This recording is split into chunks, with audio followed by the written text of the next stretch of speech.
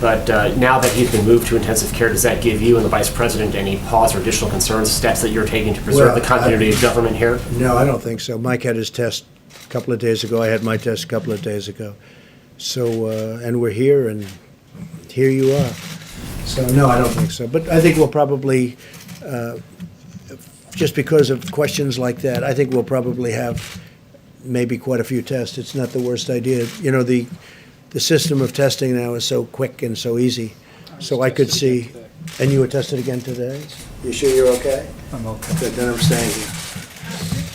Despite the nearly 1.8 million tests that you say the United States has done, the Inspector General for the Department of Health and Human Services released a report today, a survey of more than 300 hospitals across the country, and the #1 complaint from those hospitals were severe shortages of testing supplies and a really long wait time. I mean, a week or longer. And did I hear the word Inspector General? Really? It's wrong. And they'll talk to you about it. It's wrong. But this is your own government. Well, where did he come from, the Inspector General? What's his name? It came from the Inspector No, General what's his name? report. What's I his don't name? know his name Well, off the top find of me my his name, head. let me know, okay? If But- you find me his name, I'd appreciate it. But sir, these are hospitals. All I can tell you is that do not- this, we sir, put up on the these are board, hospitals- you're gonna ask the Admiral, but These are we are hospitals doing, who say that they're waiting a week or longer Fine. to get their speak to test the Admiral. results. Why but is we've it done still more taking so testing long? and had more results than any country anywhere in the world. They're doing an incredible job. Now they're all calling us, they want our testing. What are we doing? How do you do the 5-minute test? How do you do the 15-minute test? So give me the name of the Inspector General. Could politics be entered into that? Go ahead, This please. is our, Go ahead. Thank you, sir. Are you worried about retaliation to your decision to ban export of medical goods, like Indian Prime Minister Modi's decision to not export hydroxychloroquine to the United States and other countries? I don't like that decision. If that's, I didn't hear that that was his decision. I know that he stopped it for other countries. I spoke to him yesterday. We had a very good talk, and we'll see whether or not that's his. I would be surprised if he would, you know, because India does very well with the United States. For many years, they've been taking advantage of the United States on trade. So I would be surprised if that were his decision. He'd have to tell me that. I spoke to him Sunday morning, called him, and I said, we'd appreciate your allowing our supply to come out. If he doesn't allow it to come out, that would be okay. But of course, there may be retaliation. Why wouldn't there be? Yeah, please. Thank you, Mr. President. The Paycheck Protection Program has gotten off to a confusing start for small I don't businesses think so. I think it's done very well. Wells Fargo has stopped taking applications. Bank of America Not initially anymore, they haven't. prioritized taking applications from clients that were already Bank of borrowers. America has So- been the leader, taking tremendous numbers of applications. And of course, there may have been, they wanted to have a slightly different application. They wanted to have a little different information. But Bank of America has been a leader. They're #1 in terms of applications. I wish you'd ask the question differently. Why don't you say it's gotten off to a tremendous start, but there are some little glitches, which, by the way, have been worked out. It would be so much nicer if you do that. But you're just incapable of asking a question Sir, what in a oversight positive measures way. is the federal government It's putting already in done. place It's already to done. ensure that there is It's taken the fairness? measures. It's taken the measures. And we may even do a different system, not with this. We're going to have to probably add more money to this to save and to keep our small businesses going and to keep the employees of those small businesses working. But it's such a positive event, and you ask it in such a negative way. It just, I wish we had a fair media in this country, and we really don't. Speaking of unfair, go ahead. Mr. President, the acting Secretary of the Navy told the crew of the USS Roosevelt that Captain Crozier was either, quote, too naive or too stupid to be in command. Is it appropriate for the Chief Officer of the Navy to be speaking this way about this captain? Is this Well, I the haven't right way- heard it exactly. I haven't heard. I heard they had a statement that was made. If that were the statement, it's a strong statement. Look, the letters shouldn't have been sent, and certainly they shouldn't have been leaked. This is a military operation. I must tell you, I've heard very good things about the gentlemen, both gentlemen, by the way. I will say this about both gentlemen. And I may look into it only from the standpoint that something should be resolved, because I'm hearing good things about both people. What might you look into, sir? I may just get involved, if it's okay with you. What do you mean? Yeah, because you know what? You have two good people, and they're arguing. And I'm good, believe it or not, at settling arguments. I'm good at settling these arguments. So I may look into it in detail, and I'll be able to figure it out very fast. But that was a statement. It's a rough statement, but look, Reinstate him if you decide it was. letters should not have been sent to many people, unclassified. That was a mistake. It's a mistake that shouldn't have been made because it's unfair to the families of the people on the ship because they get nervous, and it shows weakness. And there's nothing weak about us now, not anymore. We have the strongest military we've ever had, and we're not going to be showing weakness to anybody because that ship is incredible, nuclear-powered aircraft carrier, and we don't want to be writing letters. We don't want to have letter-writing campaigns where the fake news finds a letter or gets a leak. We don't want that. So the letter shouldn't have been sent. With all of that said, his career prior to that was very good. So I'm going to get involved and see exactly what's going on there because I don't want to destroy somebody for having a bad day. Okay, does that make sense? Okay. Yeah. Mr. President, Vice President Biden's spokesperson said that he made some suggestions to you about actions that you could be taken to deal with the pandemic. He did. We had a very good talk. We agreed that we weren't going to talk about what we said, but we had a very, very good talk. It was a warm talk.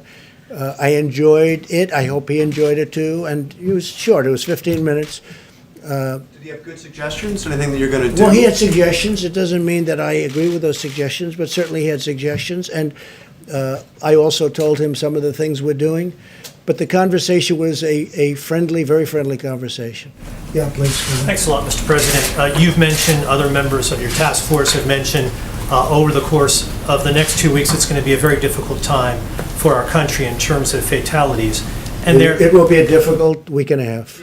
And there are a number of governors who are close allies of yours, Mr. President, who have refrained thus far to have these stay-at-home orders. And Dr. Fauci, who of course is on your task force, has said that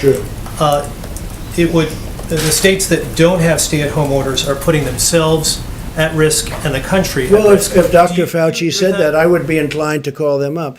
You know, we do have a constitutional problem in doing that. You understand that. I mean, there's a double-edged sword. You understand. I can do it, but it is a constitutional. You can say federalist. You can say there's lots of different reasons where I would rather have the governors do it, make their own determination. They're smaller, and not in all cases, but sort of they're smaller cases. But I'm not sure 100% that Dr. Fauci said that, but you can ask him. Tony, you want to say something? Please.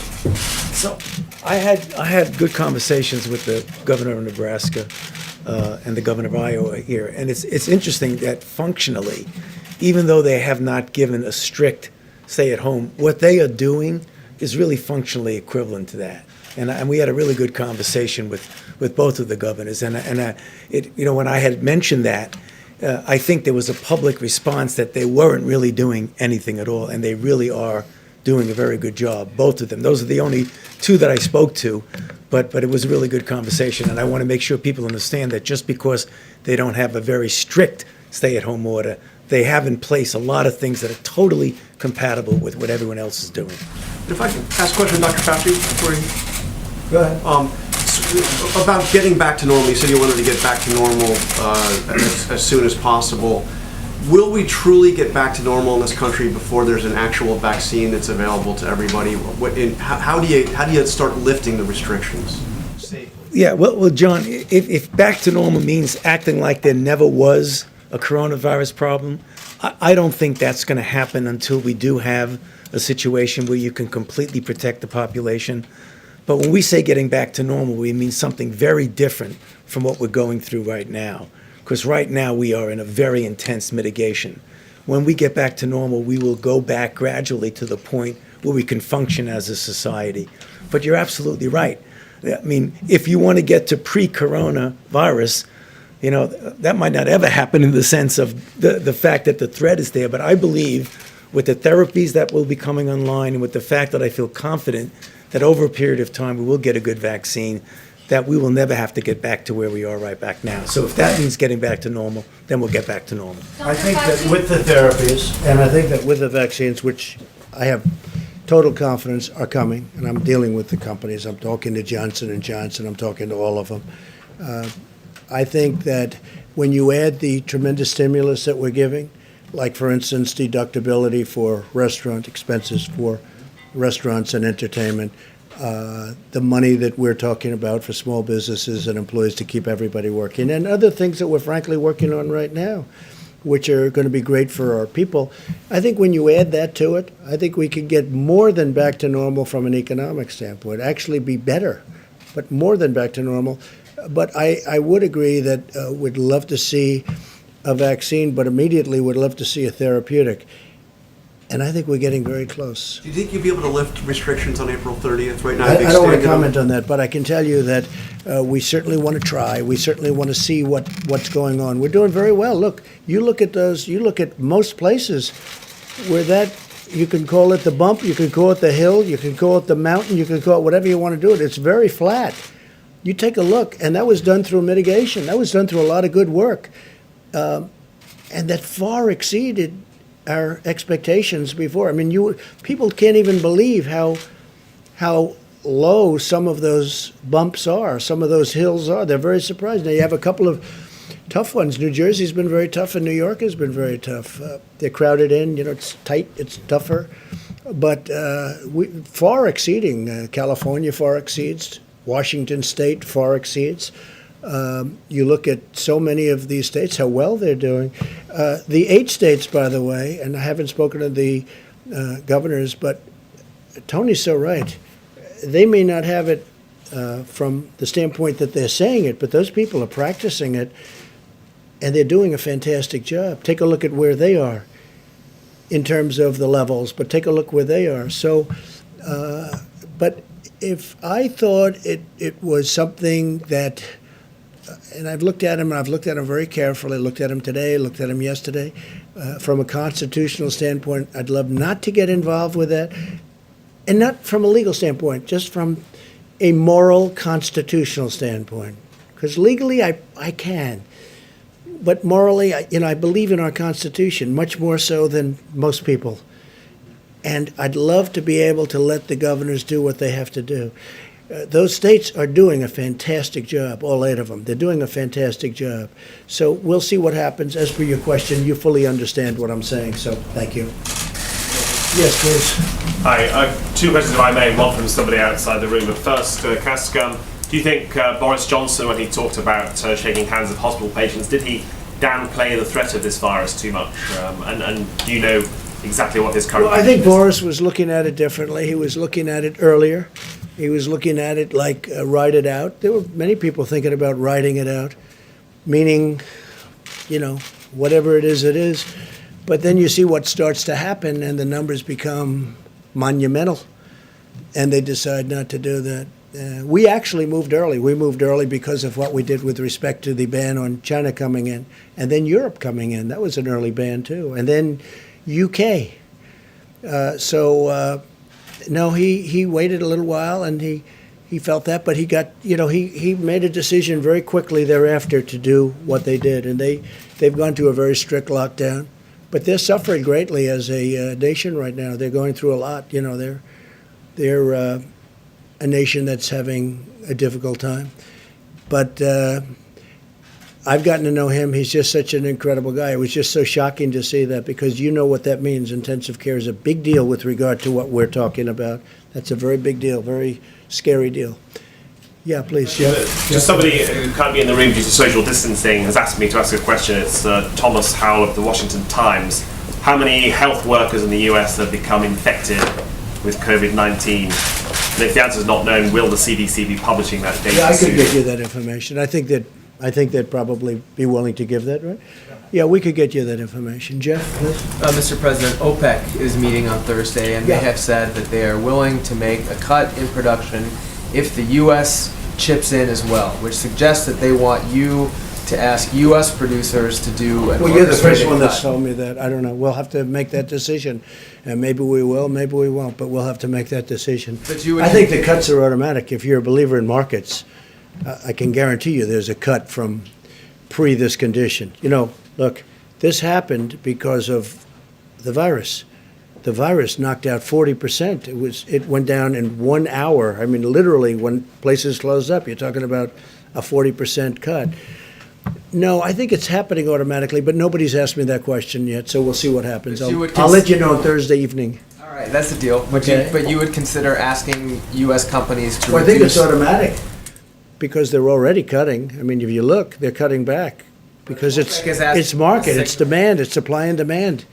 They're already cutting back, and they're cutting back very seriously. But if OPEC is asking for a signal from Well, the nobody's US, asked me that, so if they ask me, I'll make a decision. Okay? But again, it's happening anyway. Yes, please. In light of all the discussion about Prime Minister Johnson and his health, can you update us on the status of the second half of your physical that you were going to have this year? Yeah, so I had a physical. The first half was very successful. I did it on a day when I was in the White House, and we were able to do that, as the doctor reported. And I have some, the second half of the physical different. Probably is done at Walter Reed, and I'll do that at the appropriate time, but I feel very good, and according to the doctor, very good shape. And can I just ask you again on the idea of a national stay-at-home recommendation? What is giving you so much pause about making a recommendation? I told you. He understood very well. I appreciate your understanding. It's not an It's order, called just a the Constitution of the recommendation. United States, and I'd rather have, if possible, for the governors to make the decision.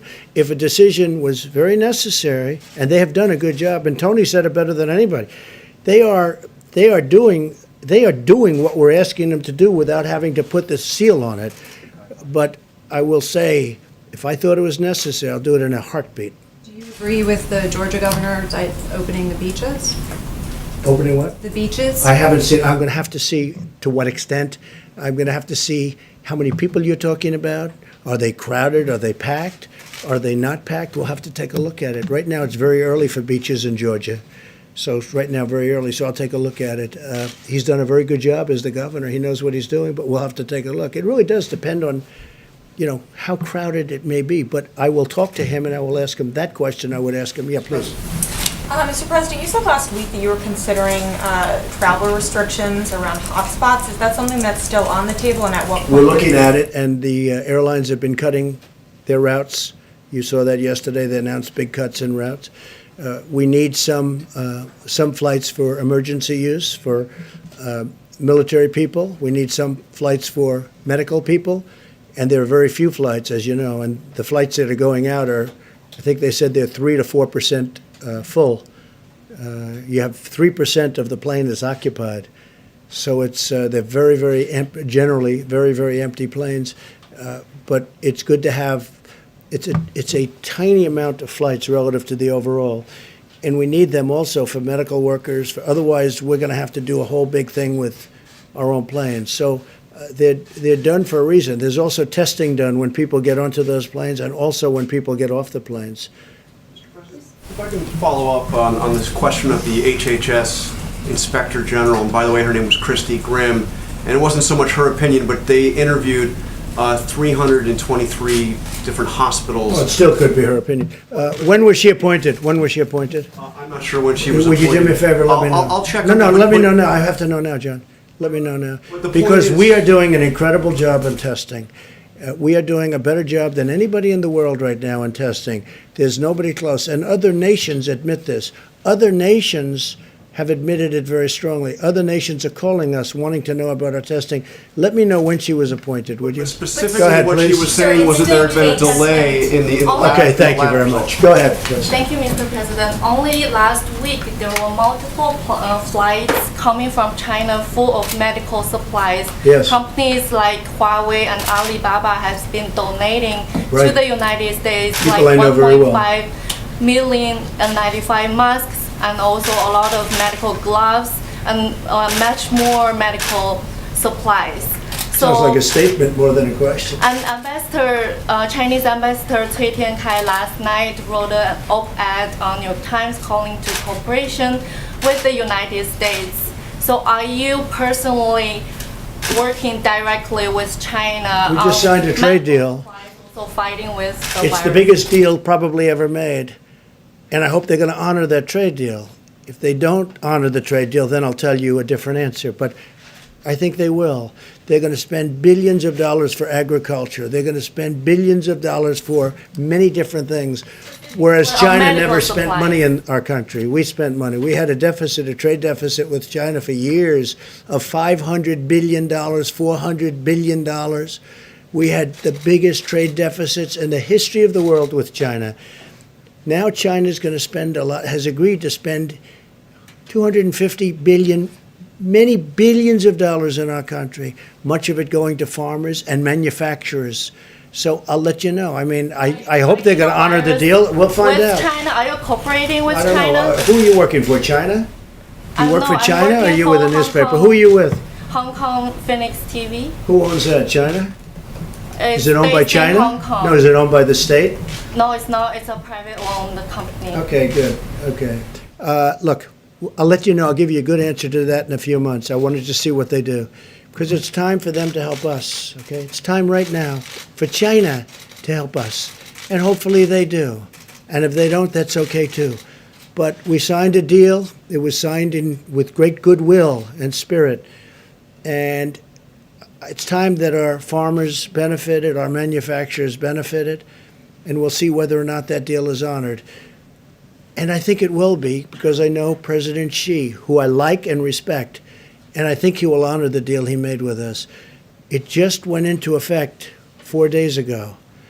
I will see whether or not. In fact, I called up just a little while ago. I said, how are the farmers doing with respect to China? Are they buying the product as anticipated? And the answer was, yeah, I think so. But it wasn't the most positive, but it was starting. The deal just started. So I'll let you know. But, you know, for many, many years, China ate our lunch because we had people in this position that I'm in right now that allowed China to get away with absolute murder. And it should have never happened. But we are now dealing with China. We'll see what happens. Yeah, please. Mr. President, Wait. I'll tell you How when many she do was you want? appointed. How many do you want to ask? So I was going to answer your question you asked me. She was appointed in January of this year to her current position Good. as the Principal Deputy Inspector Okay, General. we're going to take a look at it. Go ahead. I know you don't want to talk On the Don't- issue don't of interrupt. He's on the issue talking. of small business loans, sir, you said that businesses have applied for $40 billion in loans, but can you tell us how much of that money has actually gone out to the small businesses? I can't tell you, but I know it goes out very quickly once the loan application's approved, and the process is very fast. And you have to understand, these are banks, and that's what they do, but they were swamped. They were actually swamped. Okay, go ahead. I know you don't want to talk about the Inspector General report, but testing is still a big issue in this country. When can hospitals Put the expect? slide up again, please. When can Just put it in. hospitals expect to receive a quick turnaround of Are you these ready? test results? Are you ready? Hospitals can do their own testing also. States can do their own testing. States are supposed to be doing testing. Hospitals are supposed to be doing testing. Do you understand that? We're the federal government. Listen to me. We're the federal government. We're not supposed to stand on street corners doing testing. They go to doctors. They go to hospitals. They go to the state. The state is a more localized government. You have 50 of them, and they can go 50 within here. You also have territories, as you know. And they do the testing. And if you look at the chart, if you take a look, did they put it up? Yeah. Just take a look. And these are testing, and the results are now coming in very quickly. Initially speaking, the tests were old, obsolete, and not really prepared. We have a brand new testing system that we developed very quickly, and that's your result. And you should say, congratulations, great job, instead of being so horrid in the way you ask a question. Please, go ahead. Mr. President, today. Yeah, I'd love to have the Admiral speak to that question. Yes, it's a great idea. So I can talk a little bit more about testing later on, but as the President said, 1.79 million tests have been done, and this does not count the hundreds of thousands of tests that are done within hospitals that are now currently not reporting, so I'm sure we're well over 2 million. That Inspector General report was done here, 23rd, 24th, during our ramp-up period, quite a long time ago. There was clearly, and it's hard to interpret the report because it mixes up all kinds of things, but clearly there was complaints by some hospitals of a backlog, probably at send-out tests, and that is true. There were several days of backlog at some of the major labs that have been taken care of. We know now that the ACLA labs now have a 24 to 48-hour turnaround. They're doing well over 100,000 tests a day. We now have the Abbott machine that's point of care. That's 18,000 of those instruments throughout the country. The Cepheid machine is now all across the country with a 45-minute turnaround. We have worked directly with many of the hospitals that have their own laboratory-derived tests. Some of those really, quite frankly, didn't understand the regulatory freedom they have to use other different kinds of instruments or different kinds of reagents. Like they do now, and I'm on the phone with them all the time to make sure that everything is clear. We have a 24-hour call number. But that's what it was there for. And I don't know the Inspector General. I don't know that person. I tell you one thing I have a problem with. If there was such a problem that she knew about or he knew about on March 23rd and 24th, why did I find out about the tests from them on the news media at 8 o'clock this morning? If there was a problem, I think you're ethically obliged to tell me where that is so we can interact with it like I do every single day. But that's a discussion for the future. I think testing is really in a good position right now, and I'd be happy to expand on some of the really good tests that are coming up. How long has that person been in government? Could I ask you that? Did serve in the previous administration. Oh, you didn't tell me that. Oh, I see. You didn't tell me that, John. You didn't tell me that. Did serve in the previous administration. You mean the Obama administration. Thank you for telling me that. See, there's a typical fake news deal. You asked me when she was appointed. I told you when she was appointed. You're a by your third-rate administration. reporter, and what you just said is a disgrace, okay? You asked me, you said, sir, just got appointed. Take a look at what you said now. I said, when did this person, how long in government? Well, it was appointed in the Obama administration. Thank you very much, John. Thank you very much. You will never make it. Go ahead, please. On the ventilators, Well, that's maybe a this is best terrible for Admiral Jawar, but can you tell us today how many ventilators are in the federal stockpile? I'm not going to tell you how many are in the stockpile, but I can tell you that we look at ventilator use granularly every single day in every single state and down to the hospital level. So we have been able to meet and easily meet all the ventilator requirements that have been brought to us by the state. No one has not gotten a ventilator that needs a ventilator. And as far as we can project, looking at all models, every person who needs a ventilator will get a ventilator. I'm a ventilator doc, right? I'm an ICU physician for children. Spent every day of my life managing people on ventilators. This is my community. It's also the Surgeon General's community as an anesthesiologist. So what we have in the stockpile, I think, is not a number that we give out, but we have thousands remaining in the stockpile. And now you're seeing out of the appropriate American spirit that when a state like Washington or California doesn't need that ventilator, they're doing the right thing by moving them around the country. It's about 9,000, just so you understand. That's right. It's about 9,000. And by the way, you didn't tell me also that this Inspector General came out of the Obama administration. You didn't tell me that either. Okay, please, go ahead. Go ahead. I'm looking, sir, just quickly here, I'm looking at this Inspector General's bio. She appears to have served in government since 1999, but I was hoping to ask you about your call with former Vice President Joe Biden. Is there something that you learned on that phone call, and has that changed your opinion? No, I understood his views before the call. Has that changed your opinion about speaking to people I just think he's I think he's a nice man. I've always thought he was a nice man. I don't know him. I don't know if I ever spoke to him before, other than to say hello. But I think he's a nice man. We had a very nice call. Do you want to seek now the counsel of some of your predecessors, George Bush, No, but Barack Obama? no, not really. We're doing a great job. Hey, this administration, we inherited a broken system, both militarily, where we've rebuilt our military, where we now have so much ammunition, where, as you remember, a very important general said, sir, we have no ammunition. They want to save money on ammunition. They didn't want to save money because they spent money like nobody ever spent money. But you know what? We now have a great military rebuilt, and we have so much ammunition, we don't know what to do with it, okay? And that's a nice feeling to have. But they also gave us empty cupboards. The cupboard was bare. You've heard the expression, the cupboard was bare. So we took over a stockpile where the cupboard was bare and where the testing system was broken and old. And we redid it. And frankly, it would be okay for a small event, but not for a big event. And they had a chance to do it. Somebody said that a certain person, I won't tell you, but a certain person said this will happen. And that's true. The problem is that person never did anything about it. Previous administrations, they never did anything about it. You know, we all know all about pandemics and all of the things that we're seeing now, but nobody thought it was going to happen. And if we did think it was going to happen, the problem is nobody did anything about it. We did. We have rebuilt the system, and now we're a fine-tuned machine. We built thousands of hotel beds for New York. We moved a ship in that now we're going to make for COVID-19. We are going to make it so that people having this horrible thing happen to them will be able to use the ship. The ship, as I said, is going to be shared with New Jersey, New York and New Jersey. We've done things that are incredible. When you build, 18 hospitals? We built 18 hospitals. We built medical centers all over the country. And when you have Gavin Newsom and other governors who really have been very nice and generous in their statements, because they make the statements to the press, not just to my face. Others tell us how great we're doing, like the call that Mike had today. I heard from other people that were on the call. He said it was incredible. It was 2 hours, and everything was positive. They were so happy with what we've done. And we're ready to do more if they need it, because we're ready to march. The Admiral can tell you, we are sitting there with 9,000 ventilators, and we're ready to march when we see that we can move very quickly. As soon as we see that need, we can move very quickly. We're ready to march. We built a great system. The problem is the Democrats, like a guy like Chuck Schumer, who's a total lightweight, by the way. I've known him for a long time.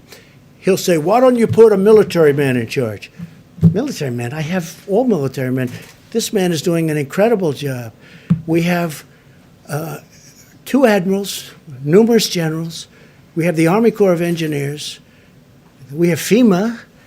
We have this whole force that like nobody's ever seen before.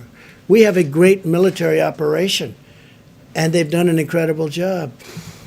And honestly, people should respect, because nobody's ever seen anything like what we've done. And what they end up with, forget about me, don't worry about me. I will only get bad. If I say, how many ventilators do you need, Governor?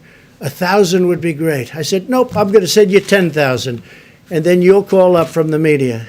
You'll say, how did Trump do? We're not happy he didn't send us enough ventilators. Because that's called politics. But if you look at what's happening, and I'm even surprised, the governors are saying all good things, but the Democrat governors, and a couple of rhinos, frankly, they're rhinos, that's all they are, one rhino in particular, but the governors are saying great things. He had a call that lasted 2 hours today. I heard about the call, not just from Mike. It was a perfect call. Now, I'm sure you were on the call, even though you're not supposed to be. I'm sure you were on the call, meaning some of the media was on the call, because they're constantly reporting the call. If they're honest, they will say it was a great call. Okay? Okay, next question, please. Mr. President? Here we go. This one. Here we go. You didn't mention the hospitals that were built in New Orleans and Dallas today, but you've mentioned them a number of times previously. There seems to be some concern in Texas that they might lose the hospital in Dallas if it's not We're never going to do anything that hurts Texas. If it's not used yet. We're only helping Texas. By the way, the governor's doing a great job over there with this situation. And Texas is so big, you have some parts of the state that are affected, other parts that aren't affected at all. You know, it's an incredible place. But can they keep this hospital even if it's unused? Or is the federal government going to shift those resources elsewhere? No, we're going to use whatever we need, and we're doing it totally in conjunction with the governor. Okay? We're doing it in conjunction with your Texas governor, who's done a fantastic job. Great. Governor Abbott also has set up checkpoints at the border to check people coming in from Louisiana. We've seen checkpoints in Florida, other state borders. Americans are not Very really, few people are coming through our border, and you'll be happy to know we're up to mile 161 of the wall. Internal borders between states. Oh, I see, okay. Are not But used on the to border seeing- between Mexico, we have 161 miles of wall. About internal borders. Okay. Americans they're not used to seeing border checkpoints between states. How much longer, and is that something that states have to continue with you? First, you want us to call 8 governors and tell them to do something. And then you're complaining that another governor is so strict that he actually checks the borders. I understand why he's doing that, because he knows who he has, and he doesn't want people coming in if they should maybe, not be to Is there the a role for liking federal of the government to doctors. decide No, I think when it's, to look, he's close? done a great job. He's done a great job with this case, as have many other governors, but he's done a great job. One of the things I thought you were going to say is we've been very tough on our southern border, as you know, very, very tough. And part of that's because of the fact that we have so much, when you talk about 160 miles of new wall, nobody's coming through that, nobody, not even close. And we're building it rapidly. We will have, early next year, we'll have close to 500 miles of wall, which is what our goal was. Please, Joe. You mentioned Senator Schumer just a moment ago. He had a conference call today, and he said that he believes that a COVID-4 relief bill will be necessary. Do you share that belief, and what would be contained in such a bill? I don't know necessarily, but I certainly want to listen. And what I want to do is two things. A real infrastructure, not a Green New Deal, the carbon footprint. I'm not looking for the carbon footprint. We want to put people to work. But and frankly, for so many years, we've let our infrastructure go to hell because we were wasting all our money in the Middle East and other places, okay? I want to rebuild our country. I don't want to rebuild. We're tired. We've rebuilt, if you call it that. We're destroyed, frankly. What we've done is so crazy. What we have done, the direction that this country has taken is so sad. But we're in the Middle East for $8 trillion. And if you want to fix a pothole in a highway, you can't do it because they don't want to give you the funds. So we want to have an infrastructure bill, a real one, like in the vicinity of $2 trillion to completely rebuild our roads, our bridges, our highways, our tunnels, everything. And I'm totally open to listening to that. I'm also open to listening to and even putting forward, because we're going to be putting something forward, more money for our citizens because they've gone through trauma. This has been trauma. This came out of nowhere. And I say it, and I'll say it again, we had the greatest economy in the history of the world. We had the most people working in the history of our country, almost 160 million people, far more than ever before. And then one day, our professionals correctly came to us and they said, sorry, sir, we have to close down our country. And I said, say it again. Say it again. We have to close down our country. And the entire world closed down because of this hidden enemy. No, we're going to take good care of our people. It was not their fault. Dr. Birx to clarify something that she said on Saturday. Go ahead. Yes, please. May I ask Dr. Birx to clarify something that she said on Saturday? If I may, Dr. Birx, this is a question that comes from a radio colleague of mine, Tamara Keith. And on Saturday, it sounded like you said that for the next week, people in high-risk areas should not even go to the market or the drugstore. Is that what you meant to say, or is that accurate? Out of respect for every single healthcare worker that's on the front line, whether they're a nurse, a doctor, a respiratory therapist, the phlebotomist, the persons who come in the rooms to clean, out of respect for them, we as Americans should be doing everything possible. And what I meant was, if you can consolidate, if you can send one person, the entire family doesn't need to go out on these occasions. We really need, this is a highly transmittable virus. We've been saying that we want every American to know that what they're doing is making a difference, but we need to have solidarity of commitment from everyone to really, maybe once every 2 weeks we can do a grocery store and pharmacy shop for the entire family. So it was really about, we have to do everything we can. I know I see on the TV stations the level of human suffering in the hospitals. Dr. Fauci and I and Admiral Giroir have spent our lives taking care of others. We need to take care of each other now as Americans and do everything that's in those guidelines. And I know they're tough. I know incredibly how tough they are. My grandchild of 10 months got a fever of 105 this weekend. I'm the doctor, and I couldn't get there. So I'm trying to explain to my daughter how to listen to her lungs, how to listen to her lungs, So and then the baby's lungs. You did not get there? I did not go there. Good, I'm very happy with that. Because of you two. When you can't you can't take that kind of risk with the leaders of the country. Your grandson's okay? Daughter, but she's That's coming a lot out of temperature, 105. Yes. But, you know, we're all, and that's just an illustration that I know you all are making sacrifices, and I guess I want everyone to take this seriously. So that was really a call of seriousness of how important this is and how we're starting to see the impact, but you can see what can happen when you come at this a little bit too late.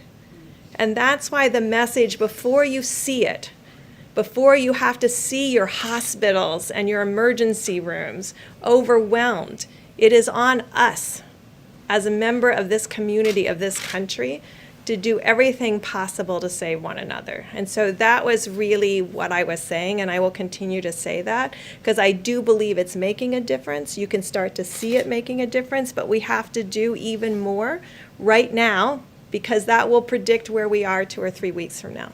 Thank you, Deborah. And it is making a big difference. I saw where Governor Cuomo was a little bit upset today over the weekend. A lot of people outside, and they were pretty big groups of people. I saw that. I noticed that, and he wasn't happy with that. And I could understand that. Look, we have a short period of time. Hopefully, it's a short period of time to go, and let's get it done. Let's get it done. Kristen, did you have a question? Yes, I did. Thank You're you. so Quick quiet. follow to, just got here, apologies. Because you have your own show. No. Quick follow to the question about legislation. I know there's discussion about a phase 4, but are you also looking seriously at a second round of direct payments? And are you putting discussions on a potential phase 4 on hold for now while you pursue that? Well, I was opposed to the way of distribution, money distribution, through, as you know, unemployment and through the state offices, because they have very old, not all of them, but many of them have 40-year-old equipment, as I've said, and it makes it very difficult. But that's what that's what they want to do. That's the way it's mandated to do. I thought it would be better if we did a direct payment system, but the Democrats really wanted it, and I think they had some help from a couple of people that I would have, had I spoken to them, I would have convinced them otherwise, I really believe. But it's getting out, and the federal government has done its job. All we can do is give this massive amount of money to the states. The states then are responsible to distribute it, a little bit like we're talking about here. But the money will be right on time from the federal government. Then the states have to do their job in getting it out. Does there need to be a second round of those payments? We could very well do a second round of direct. I would do it direct. Is that under serious discussion? It is absolutely under serious consideration. And in terms of Chuck Schumer, he also said he spoke to your chief of staff about potentially appointing a czar to oversee the supply chain. Is that something that you would consider doing? But we have people that are so talented. I know the people he suggested. They're wonderful people. They worked here. They're wonderful people. He's just doing that because it's politics. Because you know what? Right now, we have many, depending on what. In terms of testing, this gentleman right here. You know who the point person is? This gentleman right here. He's the one in charge of the task force. But Mike, you may want to tell him about them, because this is really a military operation. Mr. Vice President, in terms of the supply chain. Let me answer your first question, if I may, because it's a very good question, and I spoke to Senator Schumer night before last about just that. When the president signed a declaration of national emergency, he stood up FEMA as the lead agency implementing his policy to marshal a whole of government response.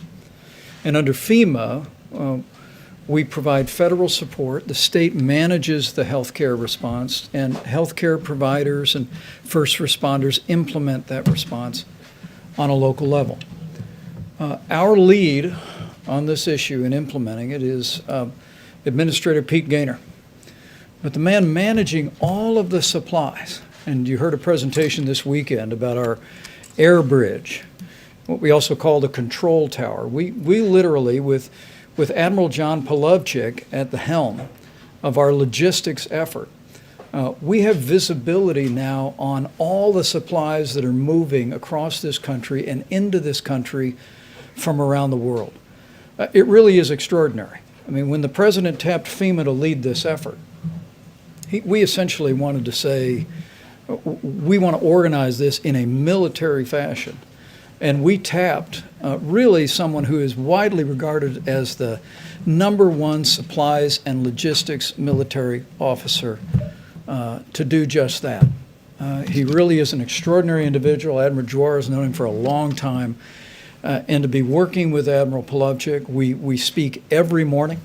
Our team reviews the data. We go over that with Administrator Gaynor and Admiral Polovchik. We talk about an extensive team that's identifying supplies around the country and around the world. And then, as we were explaining to governors today, we work with the requests that are coming in from states with a priority on the areas that are dealing with widespread outbreak, like the greater New York City area, New Jersey, Louisiana, focus on Detroit, focus on Chicago and Illinois. And then what Pete Gaynor and Admiral Polovchik are doing is directing those commercial distributors to send the resources directly to the front lines of the battle against the coronavirus.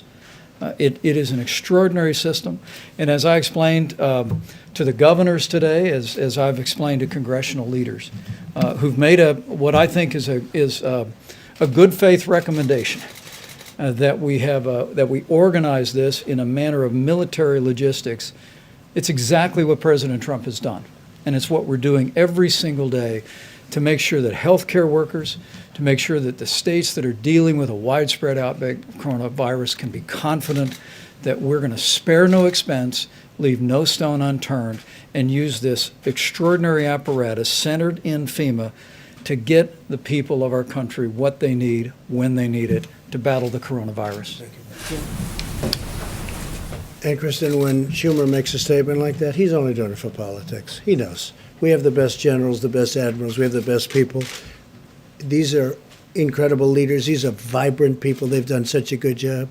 And again, you'll get a tape of the conversation, because I'm sure some of the governors probably had their favorite reporter listening to the conversation, even though they weren't supposed to, but that's happened before. Just so you understand, we had a call today that was a beautiful call, everybody friendly, everybody happy.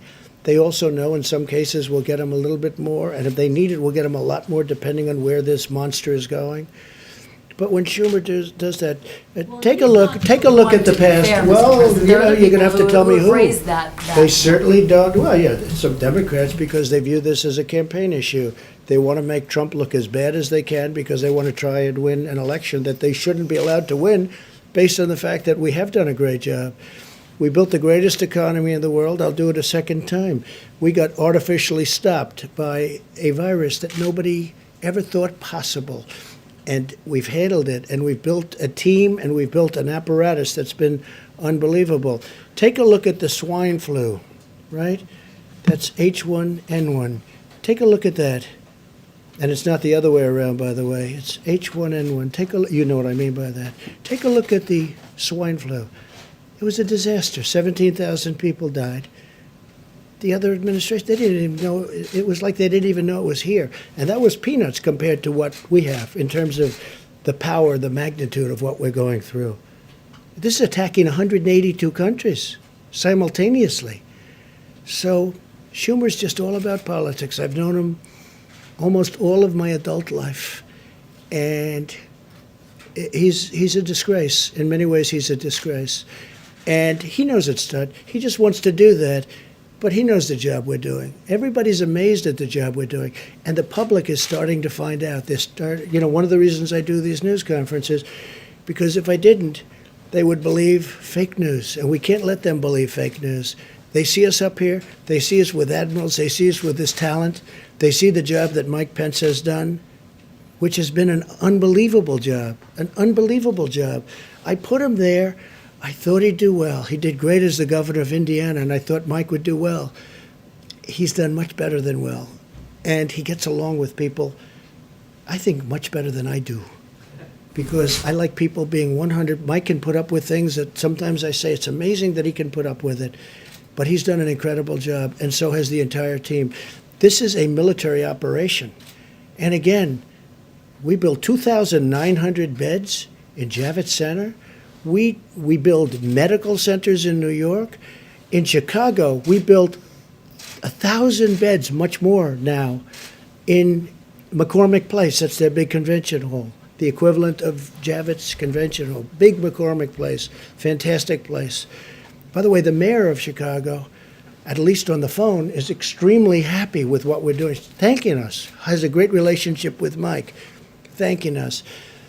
And I just wish the politicians would say to you what they say to us, really. And it's a good question.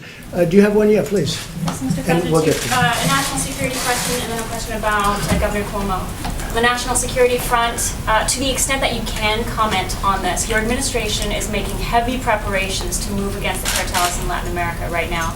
And could you said expand, Latin America? Yes. Yeah. Could you expand on the reasoning of why now? Are there supply and Yeah. logistics especially weak? Is it political? Yeah. What's the reasoning? It's a good question.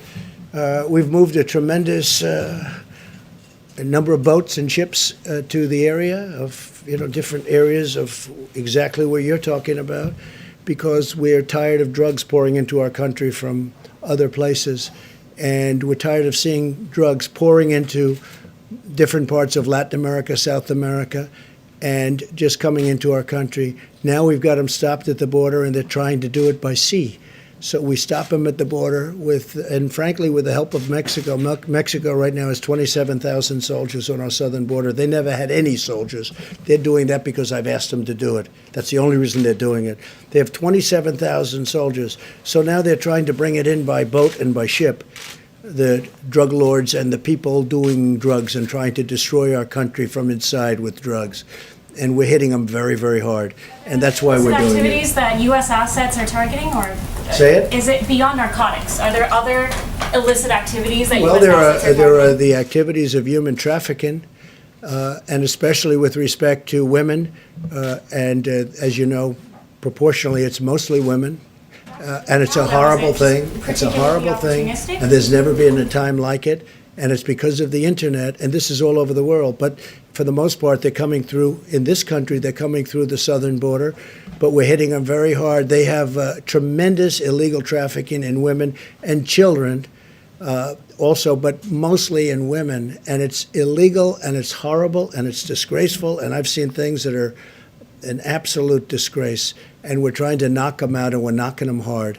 And again, I want to thank the president of Mexico, because he has really stepped up to the plate. 27,000 soldiers. They've never had any soldiers on our border.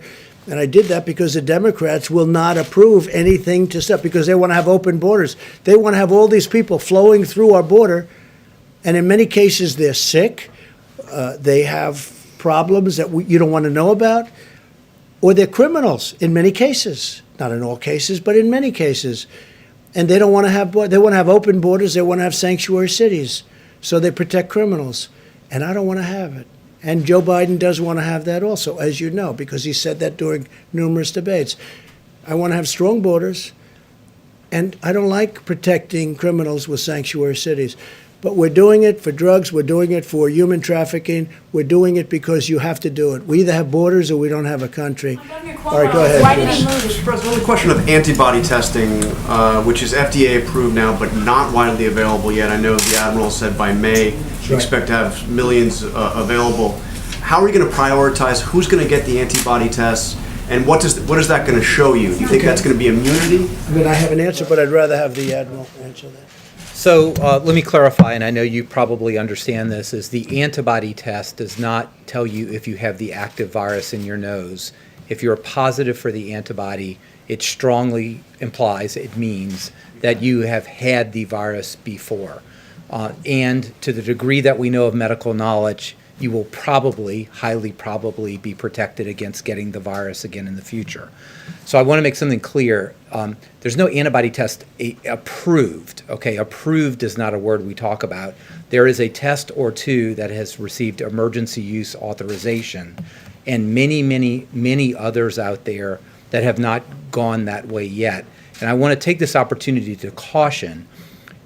There is a very consolidated effort between the FDA, CDC, NIH to validate some of the tests that are on the market right now, because it is very important that they actually do what they say they do. And we have reason to believe that not all of them are going to perform well.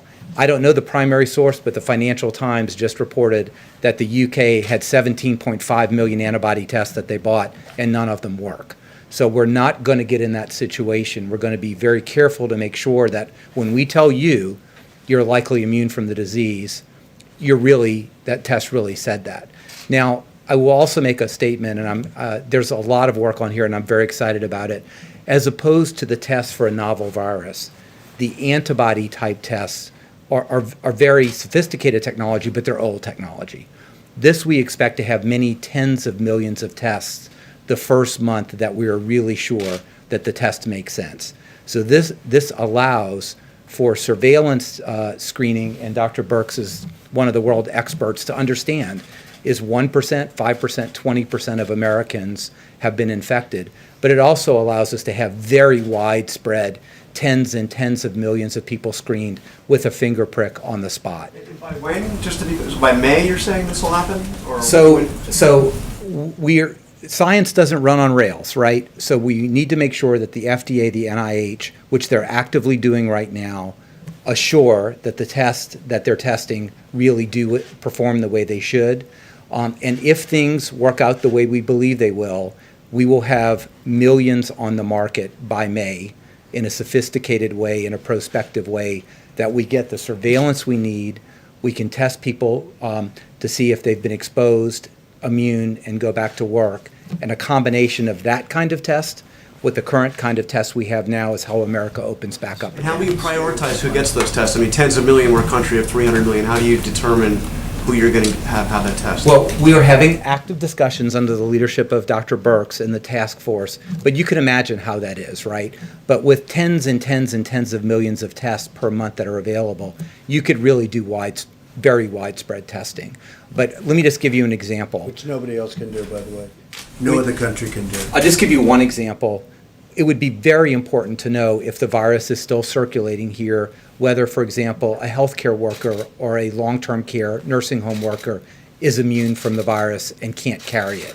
Very, very important to protect our elderly in that situation. But also, if you haven't been exposed, to make sure that you really take precautions and maybe take care of the people who don't have the virus and you don't have the virus. So it's complex, but it's not complicated on how you go about looking this in different segments of society. And I don't want to take too much more time at the podium, but antibody tests are a different thing. They're coming. We're highly confident that this can be scaled very rapidly and provide us a bit of information we just don't have now. Jeff, go ahead. Mr. President, may I follow up on A what few you said? more, we'll do a few more. May I, And then Mike is taking over, and you're going to see some incredible work that's been done. Go ahead, please. may I please follow up on what you said with regard to Captain Crozier before? You said Yes. you didn't want to punish him for having a bad day. He had a bad day, or a bad week. Does that But mean? I don't, yeah, I'm going to look into it, and I also think our Navy Secretary, he's a highly respected man. So sometimes that happens with people, and I'll take a look at it. What do you mean by that? Would you consider He had a bad reinstating day him? when he sends a letter out, and he sends copies all over the place, and it's not a classified letter, and it was very disconcerting to the families of the people on the ship. Very disconcerting. So number one, they get worried and scared. It was weak. We don't want weak. But I'm going to take a look because I think he, looks to me like he's an outstanding guy. I looked at his just a little while ago. I looked at his file, and people have bad days, and we'll take a look at it. I guess my question is, what would you consider doing for him? Well, we'll take a look. I want to speak also to the Secretary. I also want to speak to Secretary of Defense, who's Mark Esper, is doing a fantastic job, and we'll. Maybe I can help the situation out. I mean, you guys are saying, why is the president getting involved and going? Well, I like to solve problems. It's a problem, I don't want to see men hurt, women hurt. I don't want to see people hurt unnecessarily. Maybe we can solve it easily where, it's not life-changing. But he did a bad thing. Sending a letter out, and many, many copies, as you know. I don't know, I heard 28 copies. I heard a lot. That's a lot of copies. Plus, the letter was 5 pages long. I haven't read the letter, but I think it was 5 pages long, single-spaced. That's a lot of writing. He's the captain of a ship. He's a very important person of a very expensive ship, a nuclear-powered ship.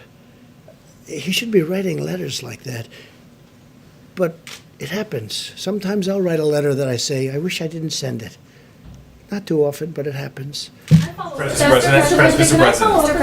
Go ahead. Yeah, go ahead. Quick follow-up on that, because the acting Navy Secretary, and I know you were asked about this, but I just want to try one more time. He did say in remarks to soldiers on the USS Roosevelt that Crozier was, quote, too naive or too stupid to be in command if he didn't think that writing Well, that I don't letter want was to a comment bad- on what he said. I understand. Different language, Mr. It's President. tough language, but I don't want to, let's not get into that. It's tough language. Now, there are some people that think, oh, wow, he says it like it is. Look, he made a mistake. He should not have sent that letter. Or he should have gone through his chain of command, which is the typical way of doing it. You know, he's in the military. He's a very important person in the military. He knows it better than anybody in this room what he should have done. And I'm sure he feels he made a mistake. But I'm going to look into it, and I'm going to see maybe we can do something, because I'm not looking to destroy a person's life who's had an otherwise stellar career, as I understand it. I looked at his file just now because I've been seeing what's going on. If we can save a person's career, I don't mind going after a person if they did something wrong. And, you know, but this was a mistake. He made a mistake. I'm not justifying what he did. He made a mistake. Shouldn't be sending letters. He's the captain. He's a very important person in the military. You don't send letters and then it leaks into a newspaper of all newspapers. That was a beauty, right? So you just don't do that. So it was a mistake. But I may get involved. I'll call Secretary of Defense and find out a little bit about it. And if I can help two good people, I'm going to help them. Sir, on the Your tone seems to have changed a little bit since Say Saturday. Your tone seems to have changed a little bit on the captain since Saturday. With the captain? Yeah, No, it is it hasn't. the I news mean, look. coverage, or did Okay, somebody ready? speak to you on his behalf? I said when you asked me and when the question was asked the last time, I said, shouldn't have sent the letter. I haven't changed. He should not have sent a letter. And it should have, if there's a letter, it should go classified, and it should go to his superior. And he shouldn't be jumping over his File, superior. sir. Did So somebody it ask hasn't you? changed in that regard. The only thing that has played right up here with me is that I looked at his record. And he's been an outstanding person.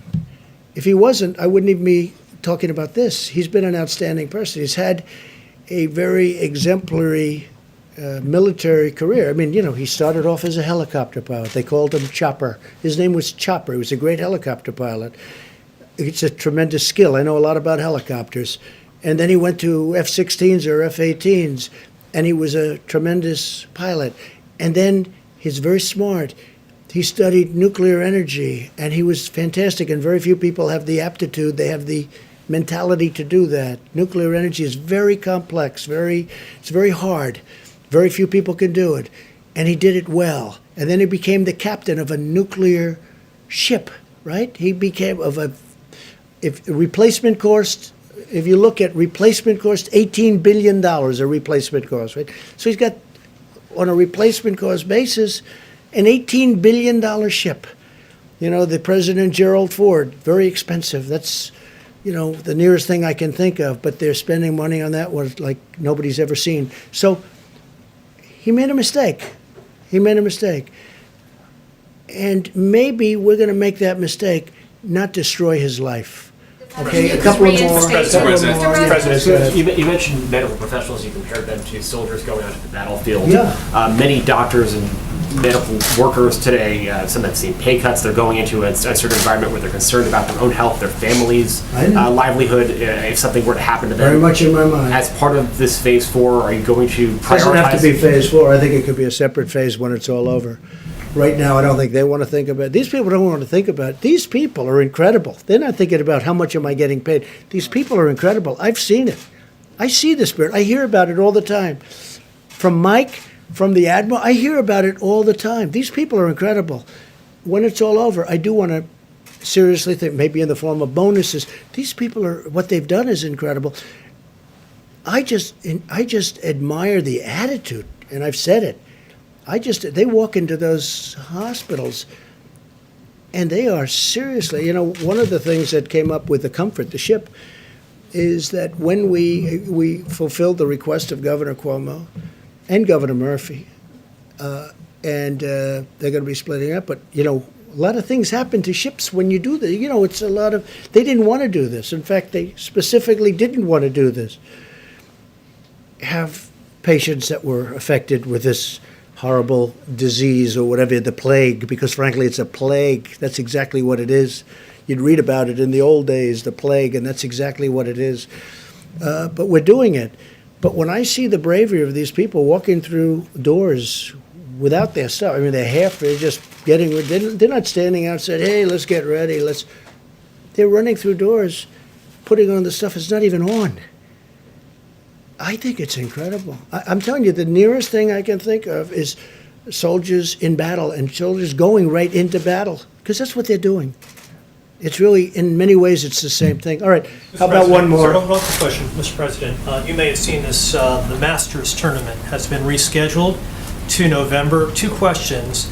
A, is that an outgrowth of your conversation that you had with sports commissioners on Saturday? I hope it's rescheduled. I hope football's able to start. I hope baseball can get to play a little bit. I hope basketball can maybe do their playoffs. I mean, hey, I have no interests or anything other than I want what's good for the country. What about the U.S. A lot of Open, which people you've are attended tired. many times? Yeah, a lot of people are tired of looking at games that are 5 years old. I looked the other day, I saw somebody, I said, wow, he looks great. I forgot. I said, oh, that was 9 years ago. I said, he's really in great shape. Well, not in great shape now, but he was in great shape then. It was 9 years ago. You know, you get tired of looking at 9-year-old baseball games and playoff games that took place 12 years ago. I don't have much time to do that, frankly, but that's what people are doing. And they want to see sports. Sports are a great thing for this country. And I hope football can start. And I told them, I think you might be able to. They may very well be able to. I hope they can start. And I hope they can start with people in the stands. You know, we're not going to be separated. You have seats. Those seats are meant for people to sit next to each other. And when this virus is gone, people are going to be sitting next to each other. And just for the restaurant industry, so they understand, when the virus is gone, people are going to be sitting next to each other. One man said, I have a 200-seat restaurant. It's been great. But if I go by these rules, this 200 seats goes down to 60. I said, no. You have a 200-seat restaurant. That's what you have. But we have to wait till the virus goes away. It wouldn't even do well at 60. Frankly, there's a warmth to it also. There's a warmth, but not when we have the virus in the air. Well, ladies and gentlemen, thank you very much. So I'm going to let our Vice President take over. He's got some really interesting numbers, statistics, and I want to thank the Admiral. I want to thank Tony and Deborah and everybody else. I want to thank everybody that's working, and I really do. I see a lot of tremendous things happen. The therapeutics, the call I had today was one of the most exciting calls I've had in a long time. And again, I want to wish my best to the UK and the family of Boris Johnson. And we just hope he's going to be okay, because he's a fine guy. Thank you very much, everybody. Thank you. Thank you.